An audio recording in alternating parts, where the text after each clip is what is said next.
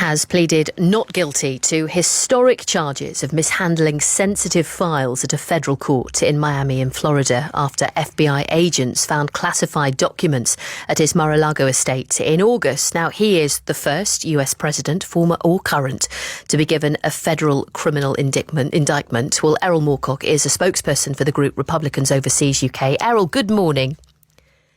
Good morning. Thank you for having me. What did you make of yesterday and how all of this has begun to unfold now? Well, beyond the fact that it's unfortunate, and as you said, never in American history has an attorney general ever indicted a former president or current candidate for president, you just have to look at the sad fact that the Democrats know they can't win elections based on policy or merit, and so now they've turned to selective prosecution to try to keep the party in power.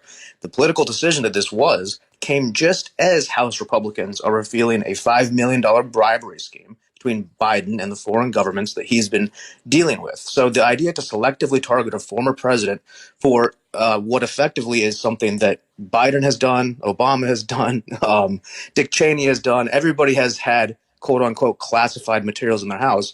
You know, the American people who are the real arbiters of this, because this will go to a jury and a fair jury, unlike the sort of sham trial that happened in Manhattan specifically. And the American people are starting to see right through this political power grab. They see the two sham impeachments. They see the failed attempt to pack the Supreme Court. They see attempts at ending the filibuster and electoral college, everything they threw at Donald Trump. At this point, if he did or did not have one or two documents that he mishandled or was too cavalier with. Errol, one or two. Did you see how many were piled up? I mean, it's Donald Trump in the dock at the moment, so let's focus on him. I mean, what do you make of all those files in his house, the sensitive files lined up in the bathroom? It was more than one or two. It was boxes of stuff.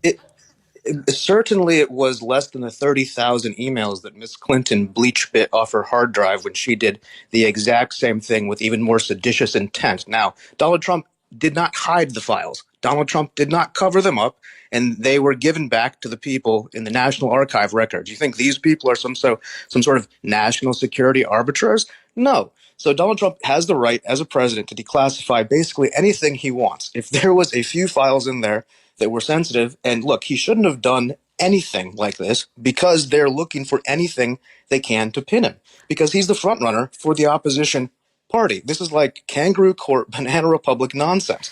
You look at all of the, let's say, other examples, and you look at Donald Trump's examples. Donald Trump's example is being brash and arrogant with them and being open about it that he had them. And after the fact, it doesn't look good, especially with, let's say, the recordings they have of him speaking or whatnot. But this, again, isn't a trial in the media. This will go to court. This will be judged by a jury of his peers, and that's how it will go. He's pled not guilty, and he certainly has his right to defend himself, and we're very confident in that. We'll see how this plays out. What does this mean, Errol, in terms of his presidential campaign being tried? You know, as you say, first time a president has been tried in a federal case. What does this mean for the campaign? Well, you know, it's a really interesting bit of game theory, right? Because the Democrat Party realizes that they probably have a higher statistical rate if everybody is a rational actor. If all the voters are rational and all the candidates are rational, the game theory dictates that you would want to run against Donald Trump because he would have a less chance of winning versus running against somebody like, let's say, Ron DeSantis. Now, the other side of this sword is every time he gets one of these indictments or one of these things, his poll numbers go up. It galvanizes the base.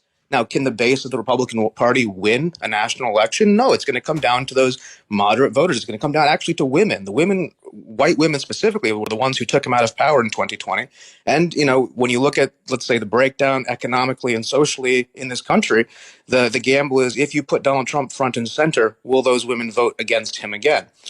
So it's going to certainly solidify his position as the Republican nominee. And I think a lot of American people, working class Americans, would rather go down with Donald Trump than go with, let's say, a half lover that they feel is coming out of the other parts of the Republican Party. Certain people have turned on him who let's say, waited in the wings for that. So there's a lot of, let's say, Ottoman court backstabbing going on. But this right now is going to certainly help him solidify the nomination for the Republican Party. Whether or not the Republican Party will benefit from that or not, keep in mind, he wasn't a registered Republican his whole life. He was a registered Democrat until 2009.